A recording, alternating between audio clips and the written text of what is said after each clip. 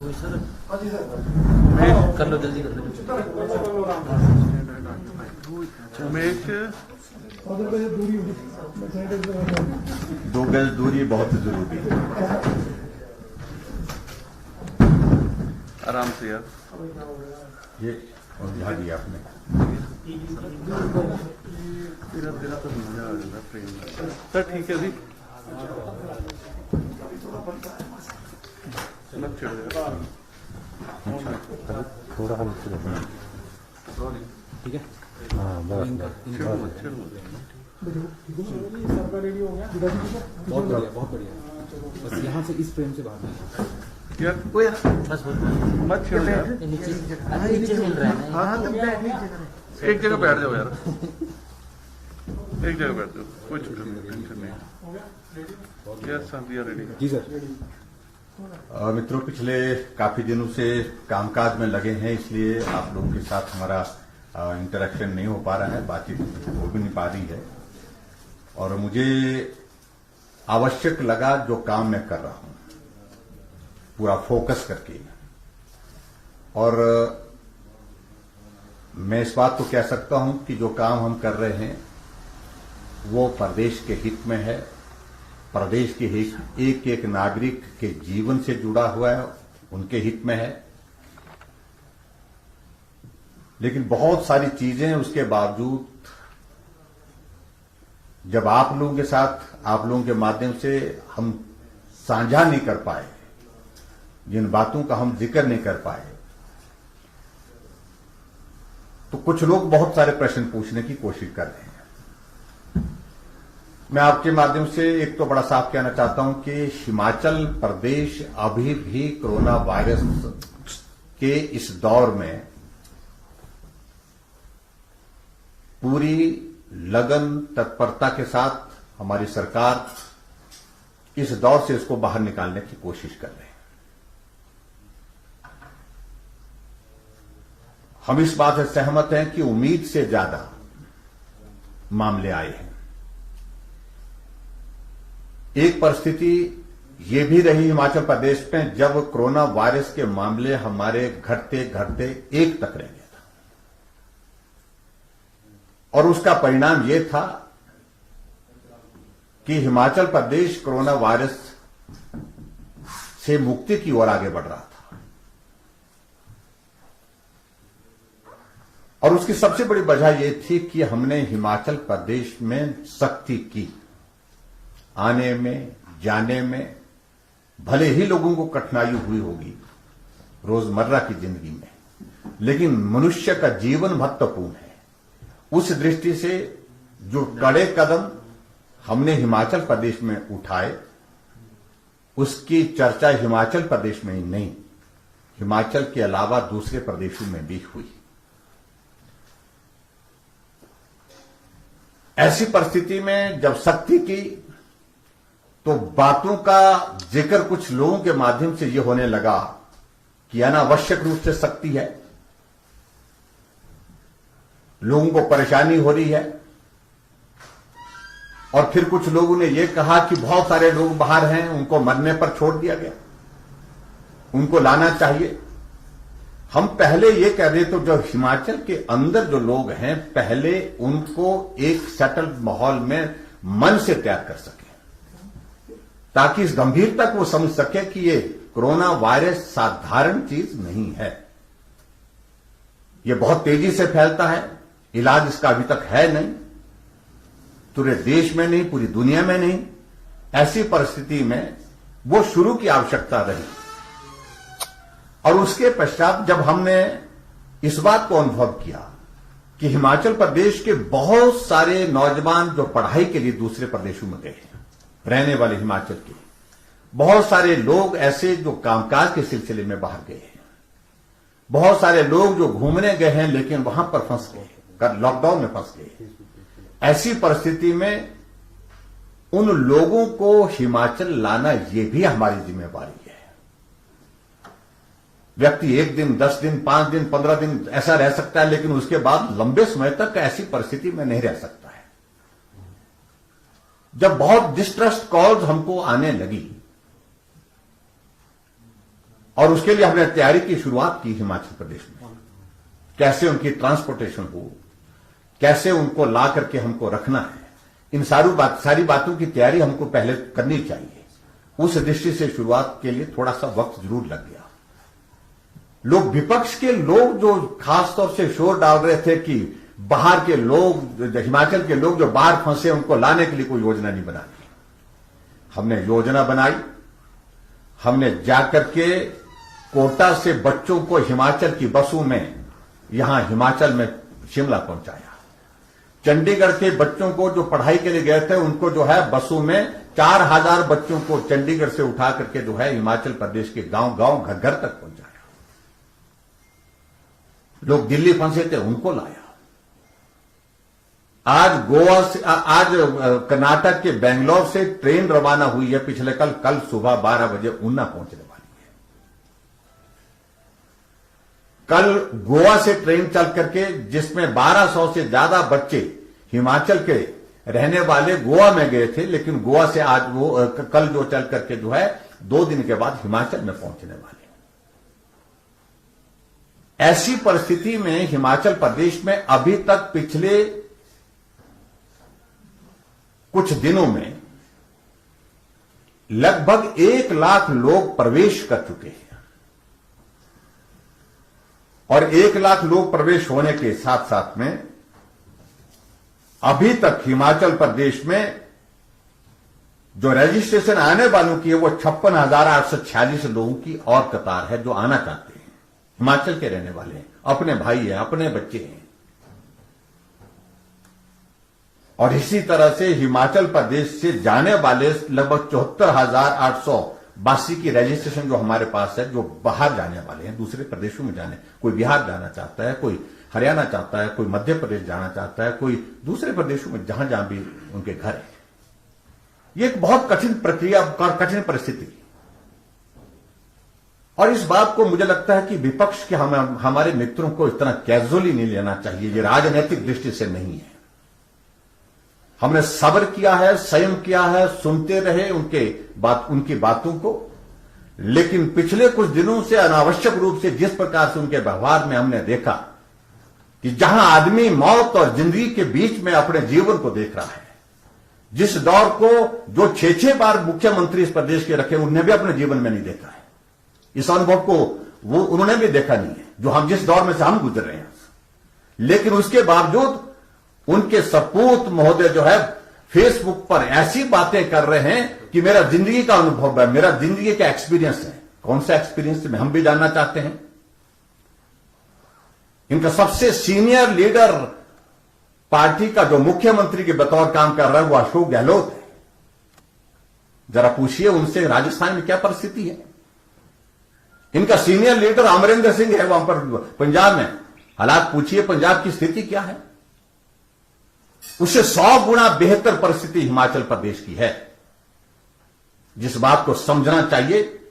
और राजनीति करने के लिए मैं अभी तक काम में लगा हूं। मुझे इस काम को, मेरी प्राथमिकता यह है कि अभी मैं कोविड-19 के इस दौर से हिमाचल के हर एक व्यक्ति को बाहर निकालूं। और मैं मेहरबानी करके कहना चाहता हूं कि वो समझ लें, इस बात को बड़े साफ शब्दों में समझ लें कि रुख हमको उस तरफ ही करने की अगर जरूरत पड़ेगी तो हम उसमें परहेज नहीं करेंगे। पूछने का अधिकार आपको है, लेकिन गाली गलौज सुनने के लिए सुबह से शाम तक इस प्रकार से जिस भाषा का इस्तेमाल कर रहे हैं, चाहे वो विपक्ष के, हम तो हैरान होते हैं इन सारी चीजों को लेकर के।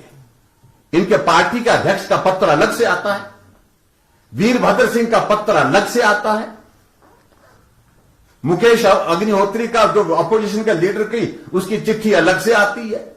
नेता कौन है, इसलिए वो स्पष्ट नहीं कर पा रहे। इसलिए मैं कुछ फैक्ट्स आपके सामने रखना चाहता हूं।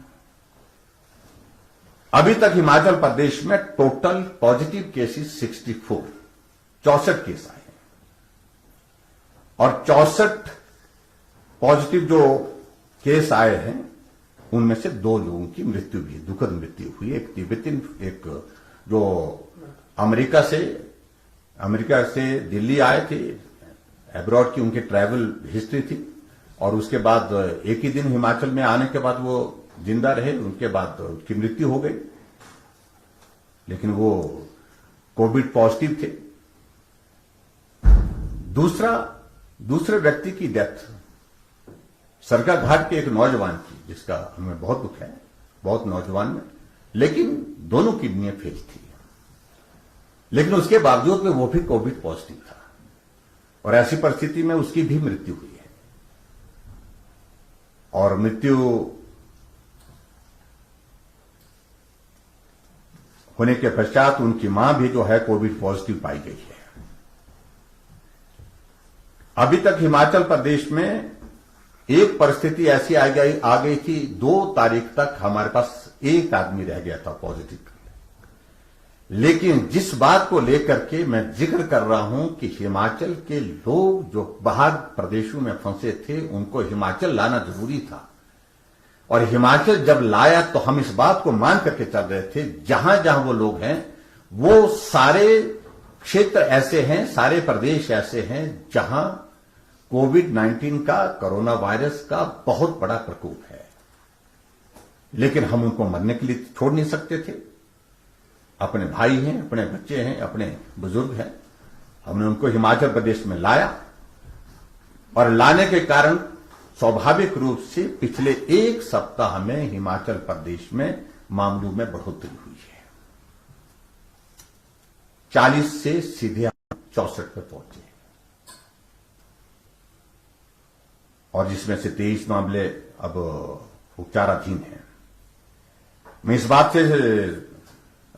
बात पर नहीं जाना चाहता कि हमारी स्थिति बहुत अच्छी है, लेकिन फिर भी उसके बावजूद हिमाचल में ऐसी परिस्थिति में भी हम बहुत संतोषजनक स्थिति में हैं। यह भी मैं कहना चाहता हूं, अभी तक हिमाचल प्रदेश में 1-2 पेशेंट को छोड़ करके जितने भी मरीज यहां पर जो कोविड पॉजिटिव पाए गए, उनको पैरासेटामोल की गोली देने की भी जरूरत नहीं पड़ी। वो सारे स्वस्थ होकर के चले गए। जिनकी संख्या 35 है, 4 लोग प्रदेश से बाहर चले गए, जिन्होंने कहा हम मेदांता में अपना इलाज करेंगे, वो दिल्ली चले गए, वो दिल्ली में वहां से मेदांता से स्वस्थ होकर के घर चले गए हैं। और मैं ये जरूर बताना चाहता हूं कि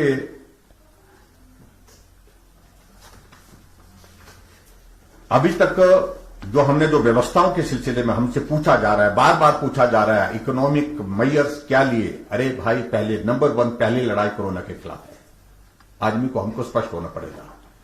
लेकिन साइमल्टेनियसली वो दौर हमने लॉकडाउन 2 के बाद, लॉकडाउन 3 के बाद अब पूरा करने के बाद, लॉकडाउन 3 हमारा 17 तारीख को पूरा हो रहा है, उसके पश्चात हमारा अगला जो है हिमाचल प्रदेश में आर्थिक दृष्टि से जो हम संकट के इस दौर में से गुजर रहे हैं, इसमें क्या हम सुधार कर सकते हैं, क्या हम रिलीफ दे सकते हैं।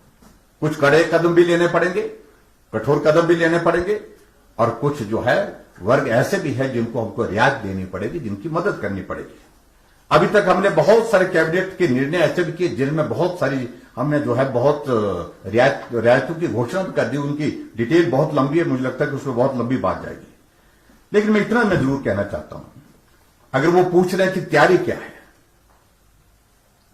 हम ये कह रहे हैं कि कल हमारी बेंगलोर से ट्रेन ऊना पहुंचेगी, ऊना से बसों के द्वारा वहीं से जहां पर हमने 12 काउंटर वहां पर लगाए हैं, 12 काउंटर में लोग आकर के वहां पर अपना जो सारी औपचारिकता पूरा करेंगे बच्चे, और उसके बाद सीधे वहां से उसके बाद जो है अलग अलग जिले के लिए गाड़ी में रवाना हो जाएंगे। और वहां पर जाकर के जो लोग ग्रीन जोन से आए हैं, जो ऑरेंज जोन से आए हैं, उनके लिए हमने तय किया है, आज व्यवस्था की हमने कि उनके लिए होम क्वारंटाइन की व्यवस्था करेंगे। लेकिन टेस्ट की संभावना उसमें भी है, रैंडम टेस्टिंग उनकी भी होगी। लेकिन उसके साथ जो दूसरे जो लोग जो रेड जोन से आए, उनको क्वारंटाइन होना पड़ेगा और कोविड टेस्ट की फॉर्मेलिटी के दौर में से गुजरना पड़ेगा। ये इसलिए मैं कह रहा हूं कि हम चाहते हैं कि कोरोना वायरस बाहर से आने के बाद जहां संक्रमण ना फैले, जब जो लोग आ रहे हैं अगर संक्रमित हो भी कोई तो उस स्थिति में ना हो। मैं ये भी कहना चाहता हूं कि अभी तक वो पूछ रहे हैं, पीपी किट की बात कर रहे हैं, अभी तक हिमाचल प्रदेश में जो हमारा बफर स्टोर जो है वो हमारे पास जो अवेलेबल है 25,000 पीपी किट है, जो जिस नंबर पर, जिस एवरेज के साथ हमारे हिमाचल प्रदेश में अभी जो नंबर निकल रहा है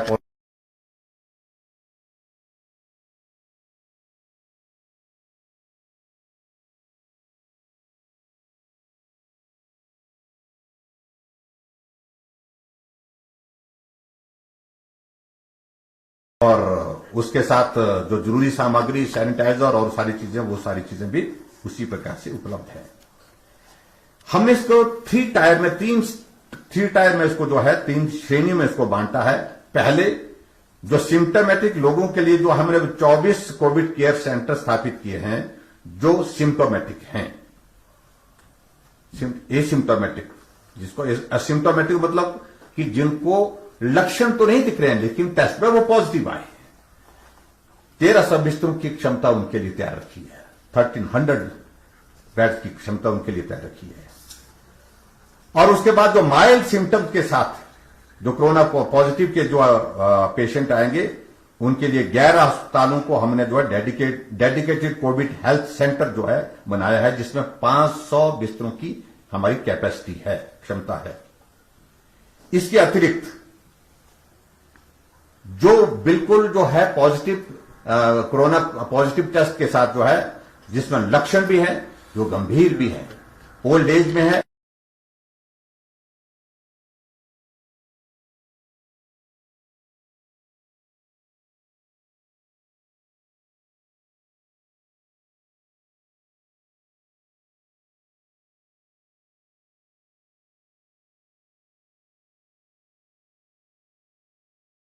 शिमला, जिसमें हमारा जोनल हॉस्पिटल धर्मशाला, ये हमने वहां पर उस तरह से रखा हुआ तैयार करके, टोटल मिलाकर के तीनों सारी चीजों के लिए एसिम्टोमेटिक और उसके बाद सिम्टोमेटिक माइल्ड और उसके साथ साथ में जो ज्यादा इंफेक्शन के साथ जो ज्यादा गंभीर हैं, उन सब के लिए 2,500 बेड कैपेसिटी रेडली अवेलेबल रखी है। आज रात को भी अगर 2500 पॉजिटिव केस आते हैं तो हम उनको रहने के लिए और इसके इलाज के लिए बिस्तर प्रोवाइड करने की परिस्थिति में है।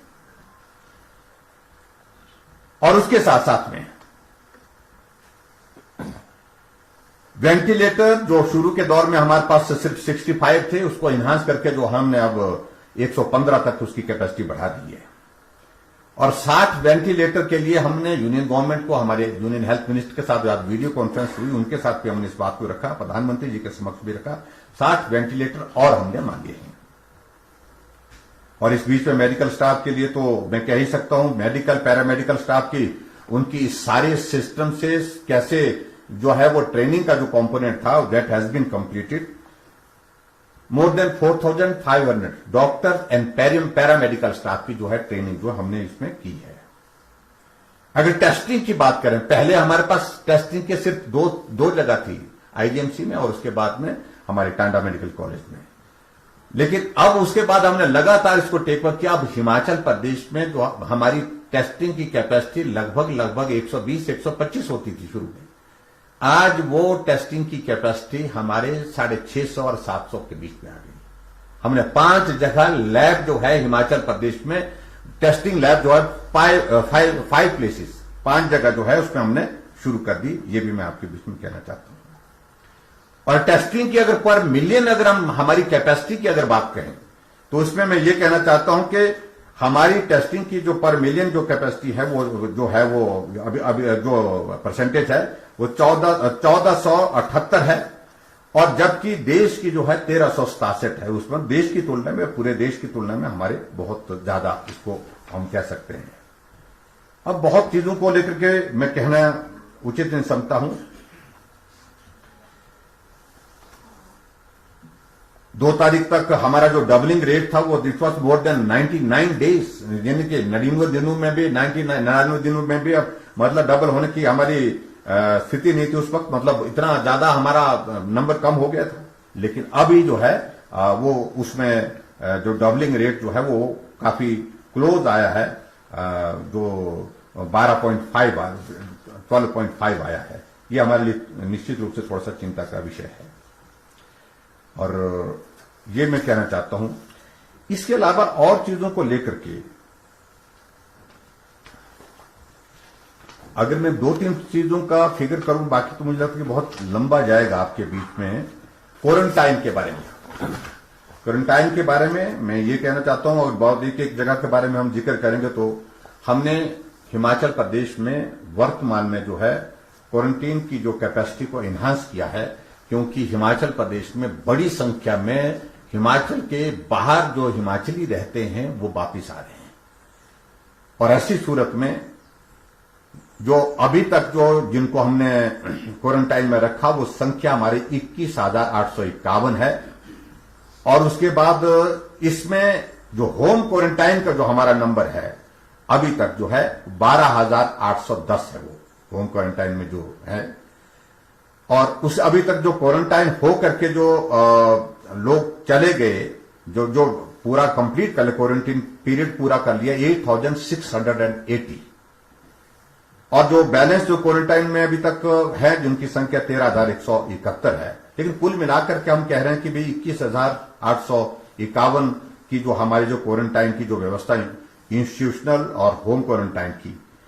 लेकिन उसके साथ साथ में मैं एक जरूर कहना चाहता हूं कि जितने लोग भी हमारे हिमाचल प्रदेश में बाहर से आए हैं सबको स्ट्रिक्ट होम क्वारंटाइन के लिए जो है हमने व्यवस्था की है।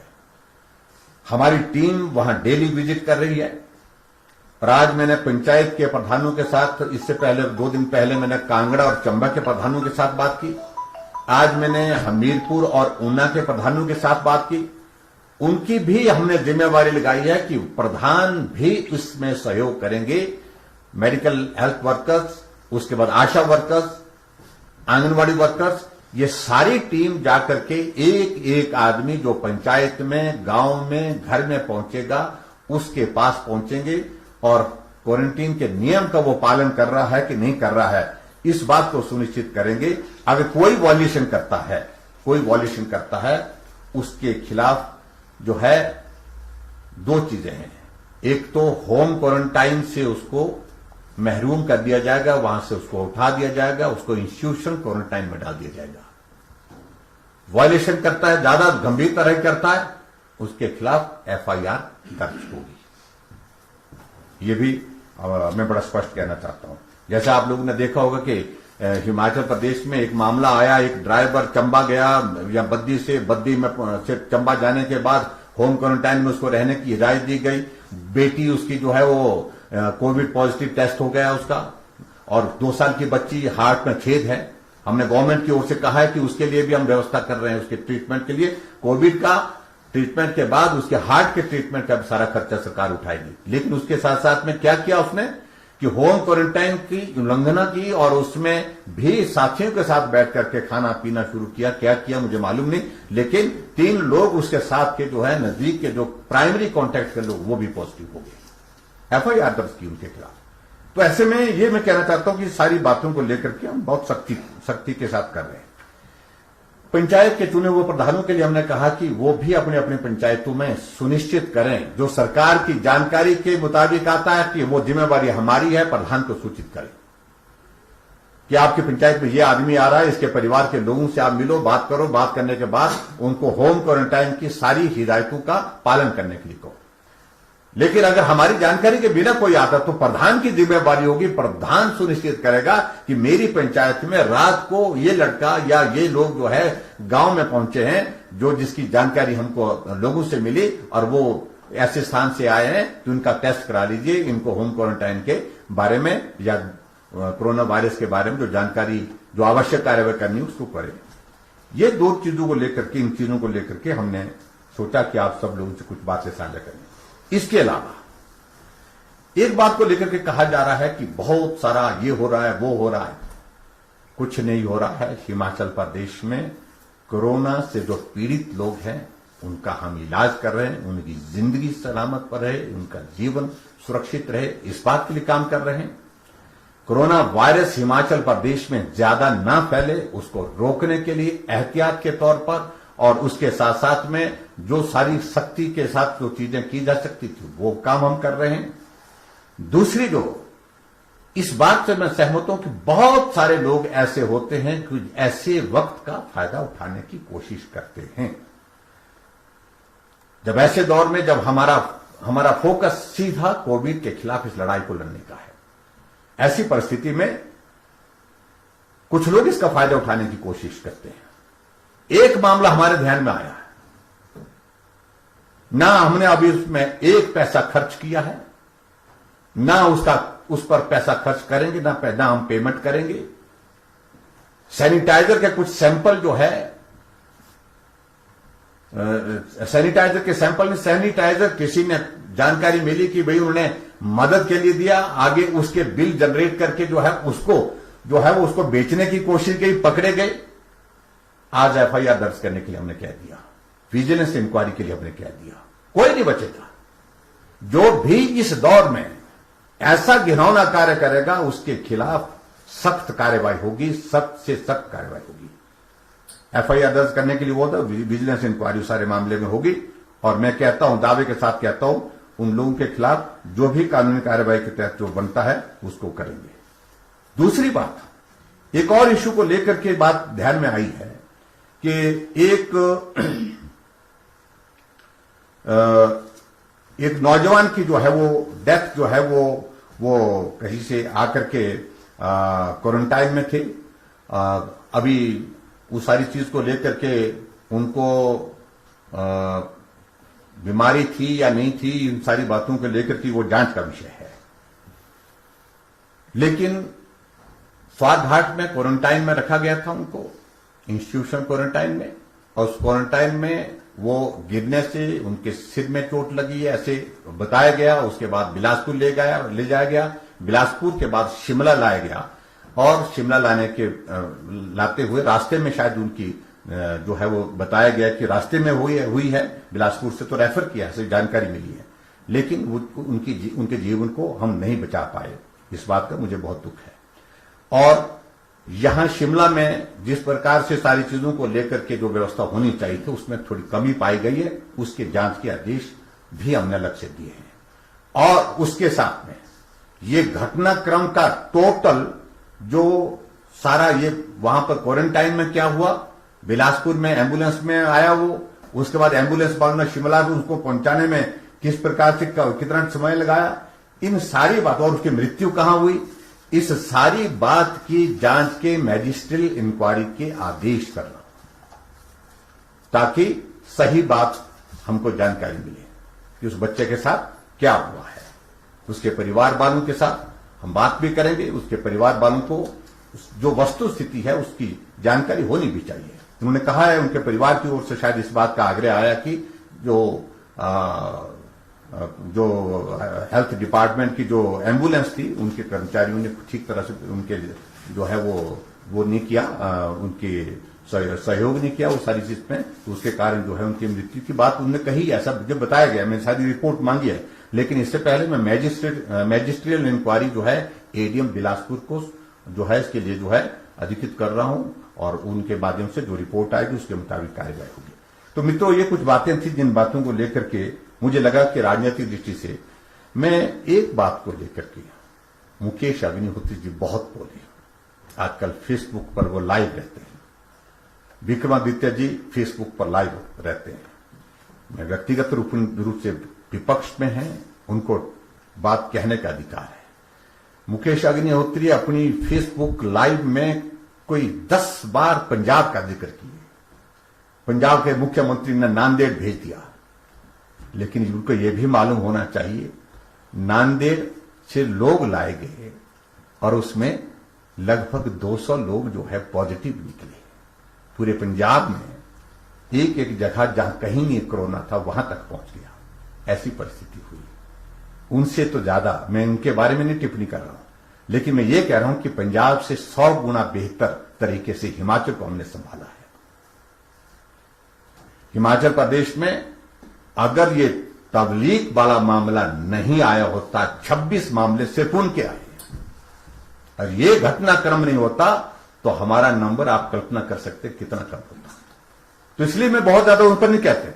और दूसरे जो महाशय जो अनुभव की बातें अपनी जो सुना रहे हैं मुझे समझ में नहीं। 25 साल हमको लगे विधानसभा के अंदर होने के लिए, और मुख्यमंत्री के बारे में, मुख्यमंत्री एक इंस्टीट्यूशन है, सहयोग देने की बात कह रहे हैं, अच्छी बात है, सहयोग दीजिए, लेकिन उसके बावजूद टिप्पणी करने में संयम करें। और मैं समझता हूं उचित रहेगा, उनके पिताजी का अनुभव बहुत लंबा है, लेकिन ये दौर भी लंबे दौर तक रहे वो मुख्यमंत्री, ये दौर उन्होंने भी अपने जीवन में नहीं देखा। और ऐसी परिस्थिति में कांग्रेस के प्रदेशों के साथ हमारी तुलना करें, कौन बेहतर कर रहा है, कौन क्या कर रहे हैं, इस बात को लेकर के मुझे संतोष है कि जब जिन बातों को लेकर के कुछ स्टेप हमने लिए हैं, उनका जिक्र प्रधानमंत्री जी ने भरी वीडियो कॉन्फ्रेंस में पूरे देश के मुख्यमंत्री के सामने किया कि एसीएफ के मामले में हिमाचल प्रदेश की तरह काम करने की जरूरत है। हमारे पास आज डेटा है, हर घर में कहां बीपी का पेशेंट है, कहां शुगर का पेशेंट है, जो एक्टिव केस फाइंडिंग का हमने प्रोसेस किया। और अभी जो हमने जो सेकंड फेज में जो हिमाचल प्रदेश में जो दूसरे प्रदेशों से हिमाचली वापिस अपने घर पहुंच रहे हैं, उसके लिए हमने अलग से एक कार्यक्रम का निर्धारण किया है, जिसको हमने निगाह के नाम से कहा कि निगाह का मतलब उन पर नजर रखने की आवश्यकता। और उसमें विशेष तौर से हमारी टीमें जो लोग गांव में आ रहे हैं उनसे एडवांस पहुंचने की कोशिश कर रहे हैं, ताकि परिवार के लोगों को पहले ही समझा दें, आपका परिवार का सदस्य घर आ रहे हैं, आप उनके साथ जैसे पहले मिलते थे उस प्रकार से नहीं मिलेंगे, आप मिलेंगे लेकिन 14 दिन के क्वारंटीन के पीरियड पूरा होने के बाद मिलेंगे। इस प्रकार से हमने सारी तैयारी की है, ये मैं आपके बीच में कहना चाहता था। बहुत बहुत धन्यवाद। सर, जो बिलासपुर बात हुई है और एप्पल क्रॉप को लेकर आपने जिक्र किया है, क्या आश्वासन मिला, कैसे लोग अपनी क्रॉप को? देखिए, सबसे बड़ी बात अभी हिमाचल प्रदेश में जो नुकसान पूरे दुनिया में हुआ, देश में हुआ, वो हिमाचल में भी हुआ। टूरिज्म एक बहुत बड़ा जरिया था हमारा रोजगार के लिए, और रोजगार के माध्यम से हम जो है टूरिज्म के माध्यम से रोजगार भी उपलब्ध कराते थे, और उसके साथ वो आय का भी बहुत बड़ा साधन था। लेकिन अभी वक्त लगेगा। हम सोच रहे हैं कि आने वाले समय में किस प्रकार से टूरिज्म की फील्ड में हमने कुछ प्लान बनाया है, उन सारी चीजों का जिक्र जब कंप्लीट हो जाएगा उसके बाद हम थोड़ा सा करेंगे। लेकिन हमने दूसरे सेक्टर, हमारा हॉर्टिकल्चर का सेक्टर बहुत महत्वपूर्ण है। पिछली बार भी सेब की फसल ने बहुत सहारा दिया है हिमाचल की इकोनॉमी को, अब की बार भी फसल ठीक है, और ऐसी परिस्थिति में अब की बार भी उम्मीद करता हूं कि सेब का सहारा हमको, सब लोगों को बहुत बड़ा मिलेगा हिमाचल की इकोनॉमी को। ऐसे में हमारे सामने चिंता का विषय यह है कि आजादपुर मार्केट में कोविड के बहुत सारे केसेस आने की वजह से वो जो है कभी बंद हो रही है, कभी खुल रही है। ऐसी परिस्थिति में हमने कहा कि जब हमारा लगभग 2.5 करोड़ से ज्यादा का बॉक्स जो है एप्पल का मार्केट के लिए निकलेगा, ऐसी परिस्थिति में वहां सुनिश्चित करें मार्केटिंग। अगर कहीं आजादपुर में दिक्कत आती है कोविड-19 की वजह से, तो अल्टरनेटिव अरेंजमेंट हमारे लिए करने में केंद्र सरकार उस पर मदद करे, ये हमने बात कही। और अब की बार मुझे लगता है कि विदेश से जो सेब आता है, अब की बार उसकी संभावना बहुत ज्यादा नहीं आने की, वो इंपोर्ट होता था। तो ऐसी परिस्थिति में हिमाचल के सेब की अच्छी वैल्यू होगी। सर, सुझाव भी प्रधानमंत्री